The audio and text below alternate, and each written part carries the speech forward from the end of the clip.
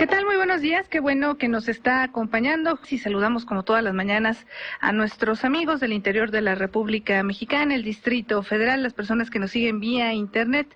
También saludamos a la parte técnica a don Fernando Tornero, Milton Partida en la producción, en los micrófonos, el titular de este espacio, Jorge Saldaña, y Beatriz Pérez Dávila. Jorge, buenos días. ¿Qué pasa, Betty? ¿Cómo te va? Mucho gusto, buenos días, ¿cómo estás? Bien, ¿tú cómo estás, Jorge? Pues aquí con el mismo optimismo de las mañanas llenas de sol, pero ayer hubo un aguacero verdaderamente, ¿cómo se llama? Pielagoso, se hizo un piélago. Piélago es como un lago, ¿verdad? Sí. Es que entre el huracán que pasó y un frente frío que hubo por ahí. Pero ayer verdaderamente estábamos alarmados por la gran cantidad de agua que cayó. Todo se hizo una laguna grande. Pobre gente, aquellos que se inundan y tienen desgracias, pero en fin. Muy bien, Betty, adelante. Oye, pues, ¿qué poco le duró a Calderón lo de Miss Bicentenario? Yo te preguntaba el viernes cuánto tiempo les durará o les dará para sentirse optimistas y felices por esta situación de la reina de belleza, por Miss Bicentenario. Pues no duró creo que ni un día por la aparición de estos 72 cadáveres de migrantes, por cierto, que viene a agravar más aún el estado de cosas que hay en el país. Y no solo eso, Jorge, ayer también Calderón estuvo con los presidentes municipales y todos, más bien la mayoría de ellos, pues está rechazando la existencia de una policía única. Calderón pues dice que el problema no es ese, el problema es que la mayoría de los ayuntamientos es gobernado por el PRI y entonces que pues no se puede hacer valer la voluntad de él, ¿verdad? Y yo no sé si la palabra ingobernabilidad puede ser una palabra útil en nuestro momento, pero yo creo que me imagino cuando las gentes en algún problema doméstico tienen una reflexión que refleja de una manera filosófica lo que pasa en el país. Cada quien jala para su lado o cada quien jala para lados diferentes. Y no me venga con el cuento de que como la generalidad de los políticos de filosofía mediocre dicen es que tenemos que estar unidos. No tenemos que estar unidos. Tenemos que tener un concepto paralelo de lo que queremos, aunque con sus evidentes diferencias y matices de cada quien.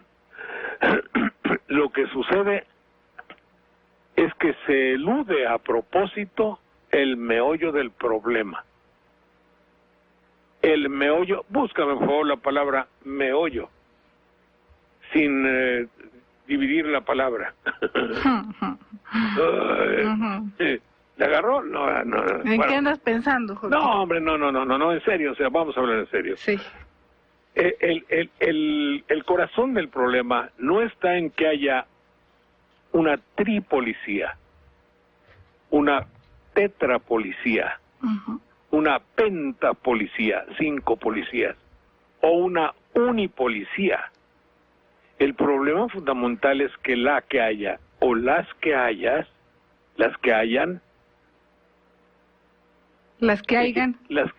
ejecuten el rol que tiene una policía, y no 2 funciones. La de ser policía en periodos de tiempo de 8 horas y 16 horas de quedar liberados para ponerse al servicio de la delincuencia. Es decir, que no sirvan a 2 amos, como lo dijimos aquí la semana pasada. El problema, señor funcionario público, el que sea, no es que haya 1 o 2 o 3 policías, sino que ésta sea honorable. ¿De qué sirve que haya 5 si son corruptas?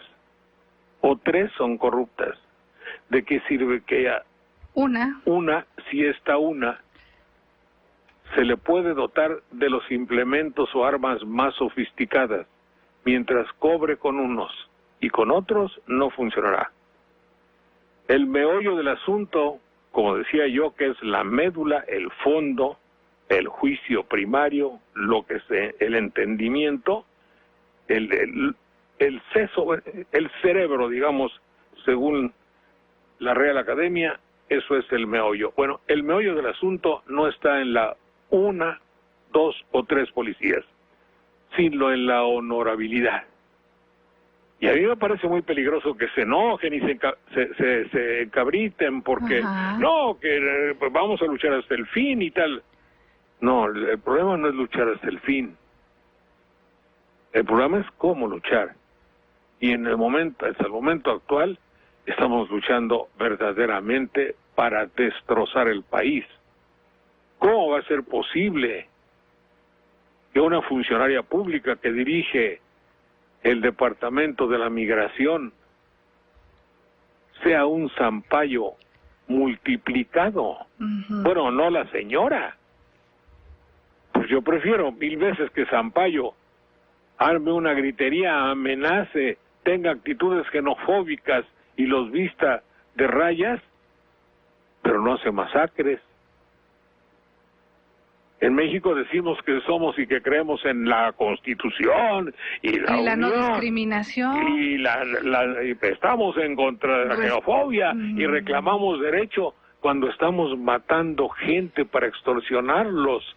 Estamos porque muchos de los funcionarios encargados de combatir esta área delincuencial de perversidad infrazoológica, más abajo de lo zoológico, más abajo de lo humano, muchos de ellos van a cobrar con la señora de migración. ¿Y qué sucede? Lo que todos los locutores gritan y dicen, entre comillas, pagados o no pagados. ¿Qué va a suceder? Nada, coño. Yo creo y hago un llamado a que la televisión se retire del arte de gobernar. Arte, coño. Que se retire, porque ¿qué sucede? Hay 72 muertos, asesinados cruelmente por el salvajismo cafre de la delincuencia, de la corrupción y de instituciones que, como propiamente Andrés Manuel López Obrador dijo un día, hay que mandarlas al diablo. Es poco, es tenue. ¿Qué se le puede decir a una institución cuyos elementos asesinan, matan, roban, extorsionan y secuestran? Fíjense ustedes la traición tan grande que significa el hecho de cometer eso por dependencias oficiales de México, porque finalmente, ayer estaba contando Juan Ruiz Quili, en el programa de Juan Ruiz Gili, porque sí hay que anunciarlo, ¿no? O eso es otro boleto. Dice, no, pues venía un camión de cubanos aquí, apareció en Chetumal, y luego otra vez apareció ahí en Saltillo. Eso tiene un nombre: corrupción de las instituciones. Punto. ¿Con qué cara un político puede explicar y demandarnos que estemos todos juntitos y unidos? La verdad, Jorge, es que a mí me parece muy preocupante que nos estén dando a tole con el dedo con estas mesas o estos diálogos por la seguridad en los que realmente no se resuelve absolutamente nada. Se hablan de cosas que ya sabemos y que mientras esto sucede, pues siga el terror, porque estamos en una situación de terror en México. Mientras estaban hablando los presidentes municipales, se encontraban a estos 72 ejecutados. Y esto no tiene que ver con si policía única, con si 2 policías, esto tiene que ver con algo más grave. Es generalizado. Que ahora se extendió ya a otros países, porque esto ya, imagínate nada más qué dirán de El Salvador, de Guatemala, con esta situación de estos migrantes a los que torturaron. Eso se llama te beatole con el dedo. Sí. Te beatole. Mira, la obsesión patológica de mi avanzada y provecta edad hace que examine yo las cosas de una manera brutalmente objetiva y necia. Mientras la televisión no dé un escalón y suba a los niveles a donde debe estar la televisión, es decir, ser verdadera y auténticamente la rectora de la vida sociocultural de México, teniendo la voz de un pensamiento alternativo para tener una libertad de expresión no patrocinada por aquel que paga más espacios que se convierten en espacios de ideología. La televisión debe estar más arriba de las ideologías, teniendo la suya propia, que es desde luego la ideología de la superación del pueblo. Es decir, subamos el nivel de la televisión y descorrompamos la vida oficial, y que el joven, el hombre de la política, no tenga como obsesión única el mantener haya sido como haya sido, sea como sea, a tu PRI, a costa de lo que sea, que eso significa el poder. Esa es la verdadera y auténtica solución de este país, según el filósofo de banderilla. o se hace tú. O se hace como el cuate de Güemes, ¿no? Ajá. Mientras no arregles que la televisión, el ejército y el gobierno entren a sus cuarteles, esto estará simple y sencillamente, como decía Cicerón, jodido. Ajá. Hay que circunscribir la acción de los elementos de poder a su área de poder primaria, prístina. A ver, busca prístina. Ajá. Prístina, primaria, original. Es decir, ¿para qué está hecho un instrumento de comunicación? Para comunicar, no para perjudicar, ni para medrar. Una. Dos, ¿para qué está hecho una institución gubernamental? Para aplicar las leyes. Obviamente, condición sine qua non, con honorabilidad. Y la otra que era, bueno, ya con esas dos que hubiese. Y el ejército. ¿Para qué está el ejército? Para preservar evidentemente la integridad del Estado. No para perseguir a sembradores y traficantes y vendedores de marihuana, que para eso hay una policía que no es corrupta. En cuanto que tres instituciones cumpliesen con el deber que juraron cumplir, o que si no lo juraron, se entiende, y es una condición fundamental per se, se entiende por sí mismo el rol de cada institución, mientras esas instituciones tengan un criterio laxo, reblandecido, y una vez que sea laxo, reblandecido, penetrable, como dice el presidente, penetrable, estamos perfundidos, ya violados por la corrupción, se fregó todo. Prístino es lo antiguo, lo primero, lo primitivo, lo original, la esencia de todo. Entonces la labor prístina de todas estas instituciones es una, mientras no se, o cuando no se cumpla, habrá 72, 82, 1000 muertos. Todo lo que quieras, todo lo que quieras. El país desencuadernado. Espero, les recomiendo mi notipoema de hoy. Adelante. Hacemos una pausa, regresamos en un minuto. Aquí entre nos. Con Jorge Saldaña. Regresamos.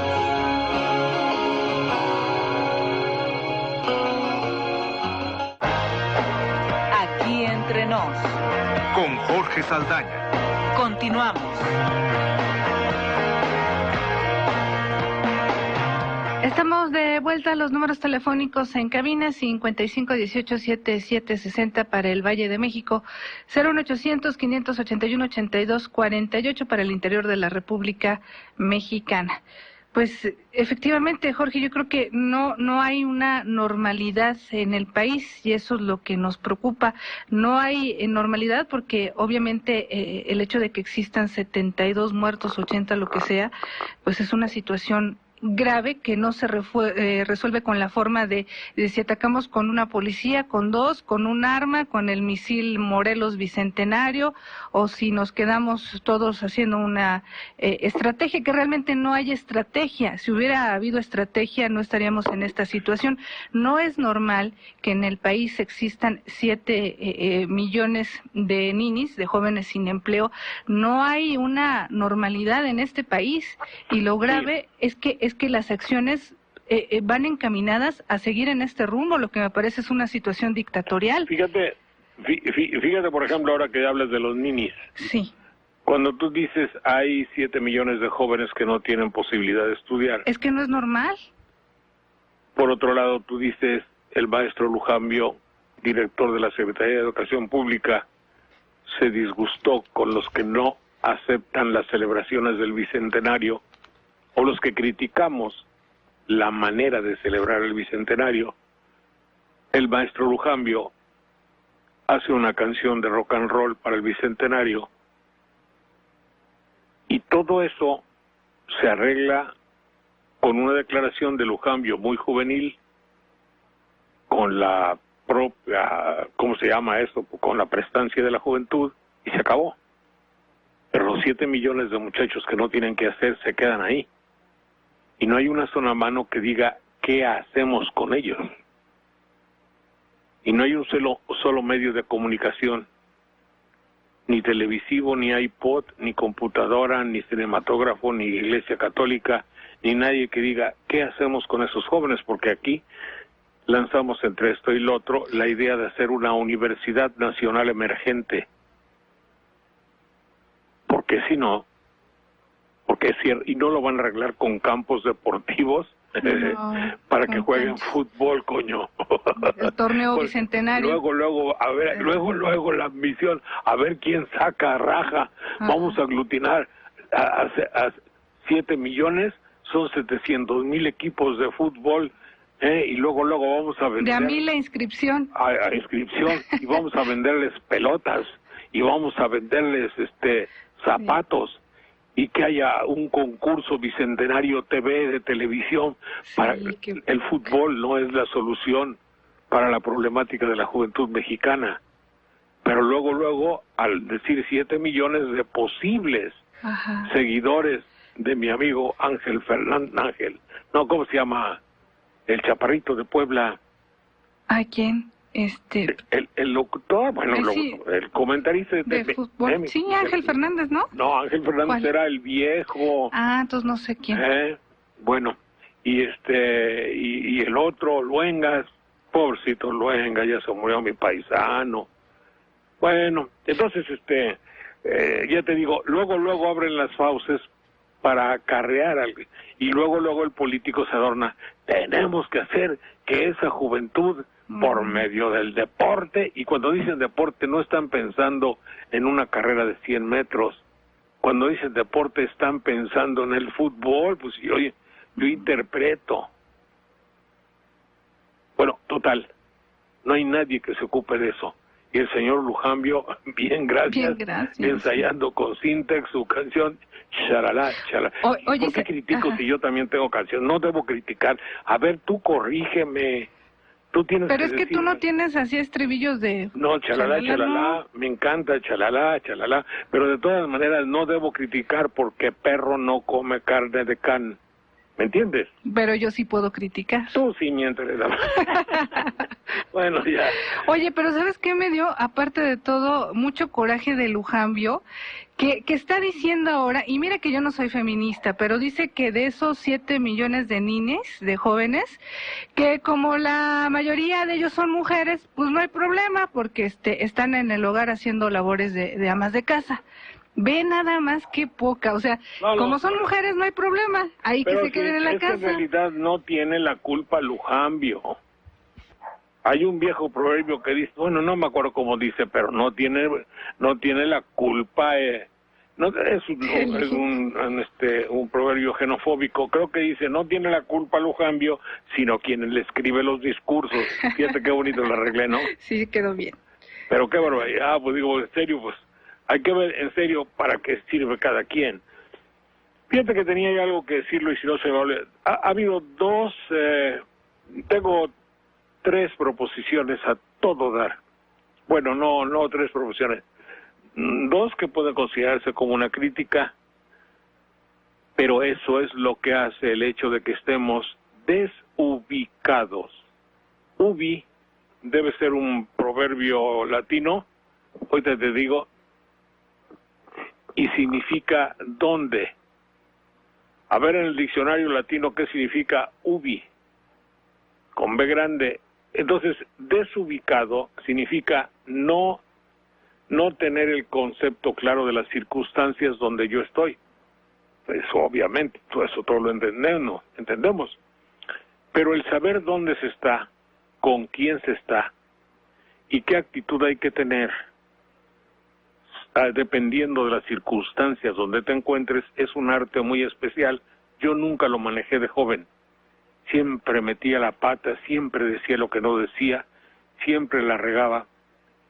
Y tuve que, como diría yo, bueno, pues hasta la fecha, creo, por eso no me dan trabajo allá, en la televisión, pero de todas maneras ya esa es mi naturaleza, de regarla, de decir cosas donde no se debe, a quien no se debe y de la manera que no se debe. Hubo 2 o 3 fallas, digo, ayer o antier. La primera y fundamental es el lenguaje cardenalicio de Guadalajara del excelentísimo y reverendísimo señor cardenal, que es un lenguaje que riñe un poco con la jerarquía que se arroga un cardenal, que se da a sí mismo, y que pues hombre, no es adecuado el hecho de que salga con batea de babas, hacer el caldo gordo, lesbianas y maricones, en fin, parecería ser que es un sello o característica de la región el hablar así. Creo que no. Esa es una. Marcelo con la televisión y ante una canasta de huevos y ante la incitación seguramente de la prensa, tuvo algo que podría considerarse como lapsus. Un segundo lapsus de ubicación. Y un tercero que me parece muy grave. Ese tercero, ese ubi es ¿dónde? Exactamente, es un adverbio que quiere decir ¿dónde? Ubi terrarum gentium, ¿dónde está el terreno de la gente? No sé qué. Ubi voles, ¿dónde quieres? ¿Cuándo o luego que quieras? Ubi voles. Así dices en latín, fíjate. Ubi voles, cuando quieras. Órale. Qué buena onda. Sí. Ubi locchi fortune, ubi ad fecit, bueno, ya está. Y otro que me parece muy grave. Grave no. Revelador sí. Mis queridos amigos, el doctor Feder, Pepe Coelho, ¿cómo estás, Pepe? Pues, psicoanalista, Santiago Ramírez, uy, en paz descanse. Todos los psicoanalistas tendrán que decirme, sobre todo el doctor Coelho, que es psicoanalista y taurino, tendría que decirme qué significa que Calderón, a las primeras de cambio, ante la incitativa de un encuestador, tipo Columbus, con la duda y de buenas de primeras saca una hipotética bomba en la pregunta para el cual se supone que Calderón no tenía respuesta. ¿Te acuerdas de Columbus?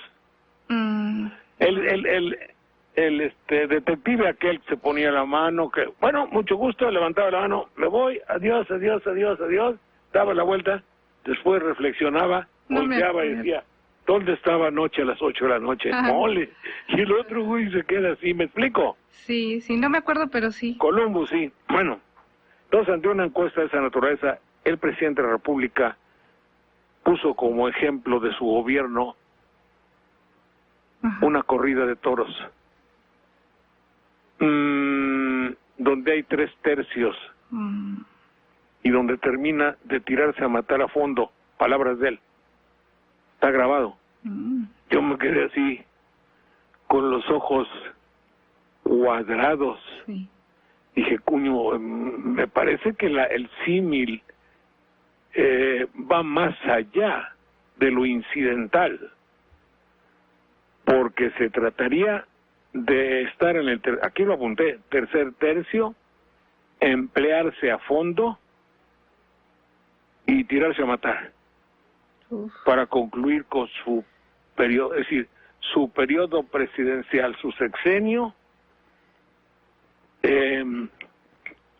equiparado, comparado, haciendo la similitud con una corrida de toros, donde se utilizó al final el concepto de la muerte del toro. ¿Qué significa? Perdóname, pero eso algo tiene que ver. No lo examino, no lo califico, obviamente, simplemente lo señalo Sí.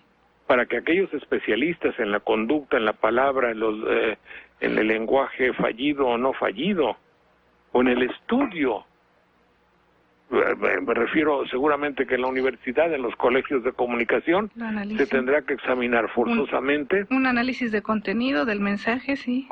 Yo no sé lo que sea, pero... Pero qué miedo. Pues imagínate, si viene en el tercer tercio, valga Sí. la redundancia, pues ¿qué nos espera? Sí. Y también las reflexiones de Joaquín en cuanto que cuando dice, le dice al presidente, bueno, digo, aquí entre usted y yo, be careful, digo, atención. Ahí en esa labor de equipararse, no es usted y yo, no es el presidente y la televisión, es el presidente y un pueblo. Ahí es lo que... Seguramente que yo habré cometido... Bueno, yo nunca he entrevistado presidentes, ¿o sí? No me acuerdo. Pero... Creo que alguna vez. Pero... la idea de eres tan grande como yo, o soy tan grande como yo, como tú, you, en inglés, hello you, sí indica un poco... Tenemos la jerarquía y para que el público se dé cuenta de qué buena gente eres o qué grande soy yo, en todas circunstancias, entre un locutor que entrevista al presidente no hay usted y yo. No porque el presidente sea un dios y el locutor sea una mugre, no. Sino simplemente porque los roles están perfectamente definidos. El locutor es simplemente el tubo, el conducto, el vozducto, el ideoducto por el cual el pueblo va a conocer lo que piensa el presidente. Normalmente, mi deducción es que uno debería estar de espaldas. Pero aquí entre usted y yo no va. Y luego cuando dice, bueno, a ver, dígame usted esto. Bueno, usted, porque yo no soy el presidente. Pues ni que lo digas, nadie lo había pensado. Nomás eso lo digo por jorobar, pues. Pero son apreciaciones que tuve. Pero lo fundamental es de comparar el ejercicio de gobernar a un pueblo como el arte de matar un toro. Adelante, Betty. Hacemos una pausa, enseguida estamos de vuelta. Aquí entre nos. Con Jorge Saldaña. Regresamos.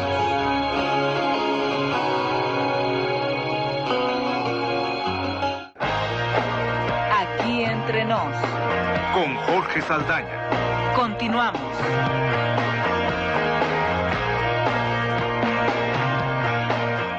Estamos de regreso ya, gracias también por sus mensajes de texto vía celular al 30500. Adelante, Jorge. Sí, las frases de... Yo creo que hay ¿cómo te voy a decir? No quiero que sea una culpabilidad en todos nosotros que a través de muchísimos años de tratar con el hombre de política, le hemos hecho una personalidad triunfadora. Me estoy refiriendo a los medios de comunicación y me considero como parte del asunto. Y cada vez que sale un gobernante de poder, lo que uno quiere es que él quede muy bien para que el locutor reciba el agradecimiento de ese funcionario, generalmente de altura, obviamente. Porque si él queda bien, él estará agradecido conmigo. Yo lo sé hacer, lo he hecho, no hay ninguna bronca. Pero se le hace una personalidad falsa. me parece que en Yucatán se dice abonar, hacerle creer a alguien.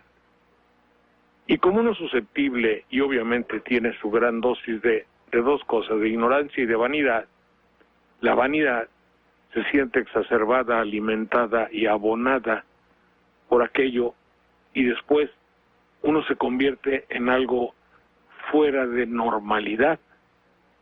A mí me ha tocado ver en el curso de mi intervención en los medios el cambio de personalidad de alguien que siendo primero una persona normal de la calle, bueno, acuérdate tú, el secretario de Salubridad. De salud, sí. De salud. La transformación.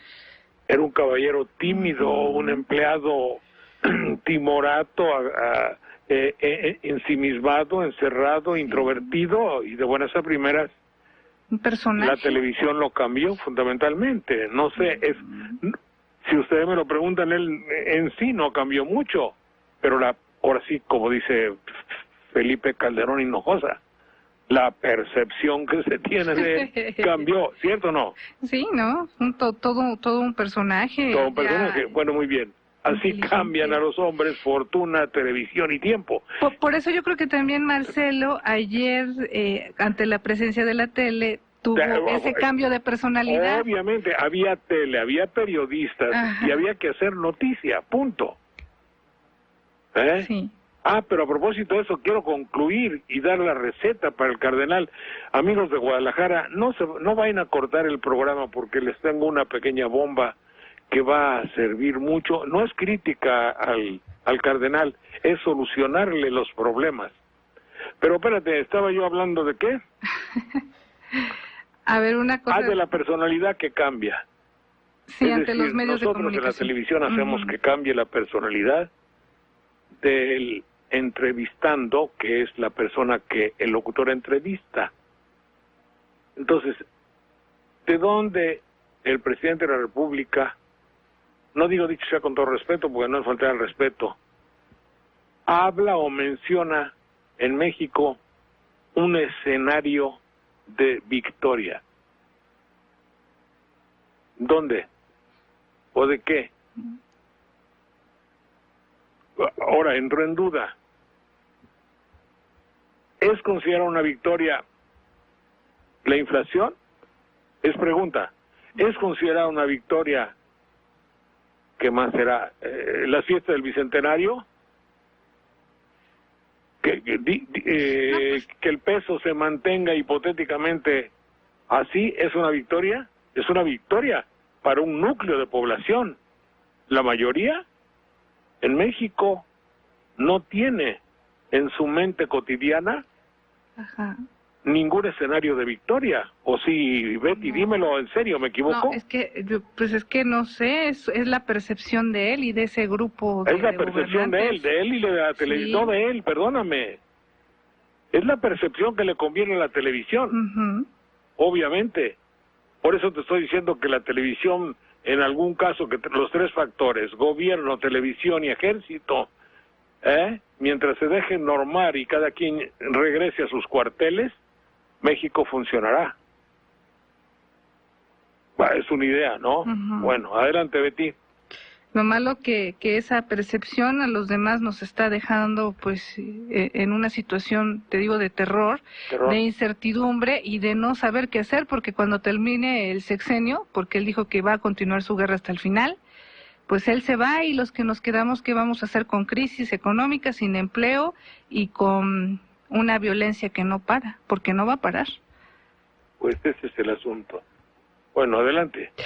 Jorge, en otra de las cosas, pues te digo, todo es cuestión de percepción porque pues obviamente yo creo que a FCH no le preocupa nada porque obviamente no le pasa nada. Ayer el Tribunal Electoral del Poder Judicial de la Federación pues dijo que efectivamente Calderón ha violado la Constitución porque pues bueno, pasaron algunos de sus spots hablando de su guerra contra el crimen organizado, y dijeron que no hay elementos, no habrá castigo, la legislación no contempla la posibilidad de... No, permíteme.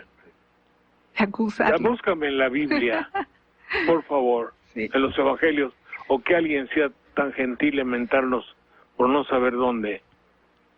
Dice que Dios le decía a fariseos, hijos de quién sabe qué, bueno, escribas, fariseos, que era enemigo de no sé quién, os fijáis en el tomillo y en los granitos de mostaza y no veis la podredumbre interior. ¿Qué quiere los acusadores? El trife, el ife, el refife, el no ife. Que veamos que somos un país de leyes, donde acuciosamente, inclusive, y por áreas por artes de la democracia, inculpamos al presidente de la República por sus faltas. A otro perro con ese hueso. Eso que están ustedes haciendo son payasadas, fantochadas. Porque ellos quieren que internacionalmente se sepa que somos un país tan recto y democráticamente bien constituido que inclusive un lapsus presidencial sea castigado. Ah, caray, cuño, qué país, ¿eh? Mientras en la última parte del periódico, por así decirlo, o del noticiero, 72 muertos, en donde hay inculpaciones a funcionarios públicos mexicanos también. ¿Cómo quieres que lo vea? No es para, ¿cómo diría yo? Para enojarse. Sí. Es decir, también estamos ya en todo que vamos a castigar al presidente porque hizo anuncio. Pues se la pasan todos los hombres, no solo el presidente, todo funcionario público, así como todo buen cristiano debe estar bautizado. Y entonces, ¿qué decían en la doctrina cuando el curita Pedegasta daba su lección? Todo buen cristiano, todo buen político, cuando le pones un micrófono, tiene que decir, cerrando los ojos, que nuestro señor presidente, y estar unidos todos por el progreso indiscutible y la victoria fundamental de nuestro país. Dicen lo mismo todos. Ah, pero esta vez hay que castigarlo. ¡Chin, qué país! En Francia van a decir, ah, qué demócratas son en México. En Inglaterra van a decir, oh, you're wonderful. Dice mi cocos en Italia, o ese país México, cosa más grande. Ahí en Cuba, cosa más grande, chico.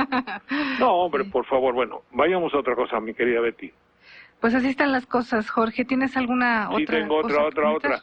A ver, excelentísimo y reverendísimo señor cardenal, Sandoval, ¿qué más? Sandoval, Íñiguez. ¿qué? Núñez, ¿no?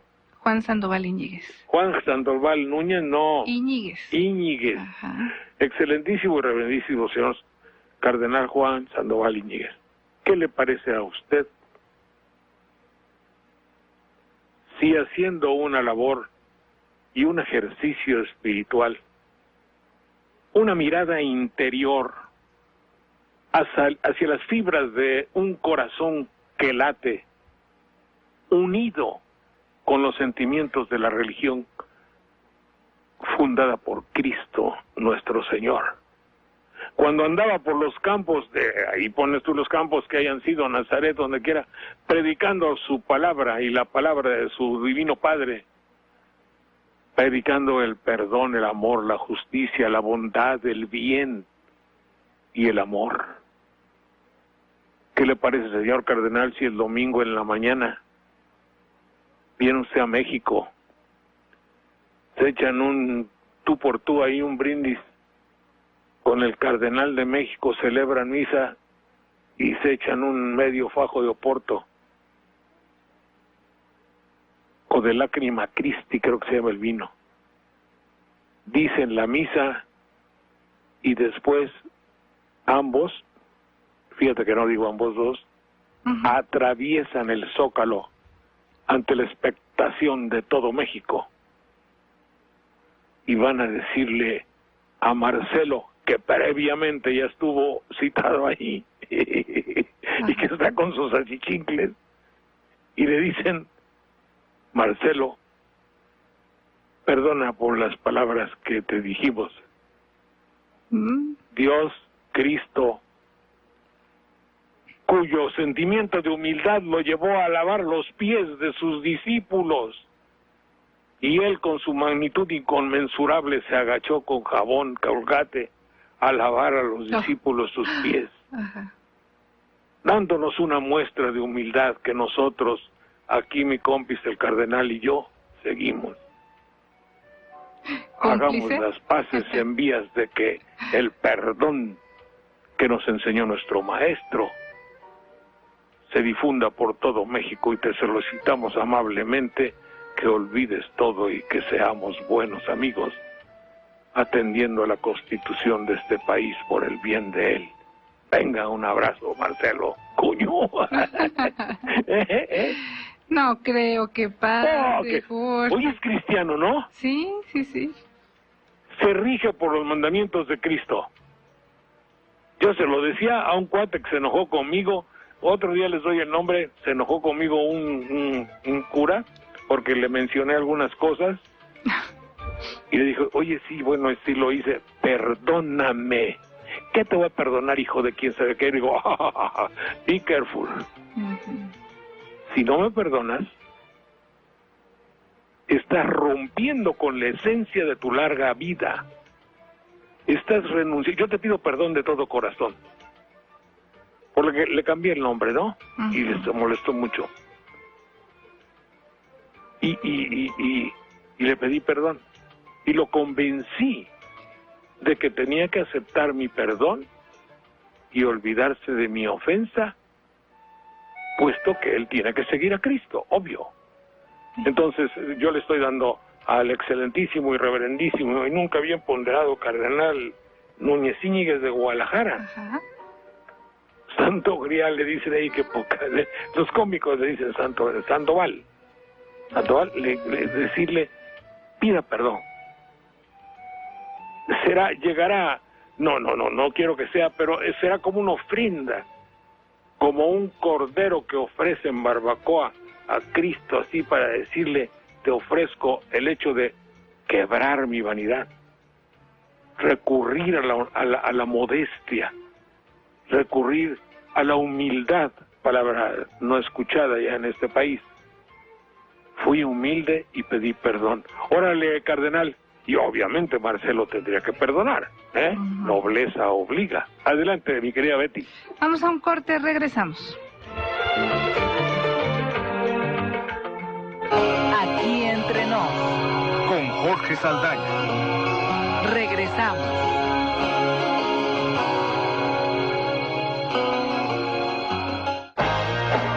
Aquí entre nos. Con Jorge Saldaña. Continuamos.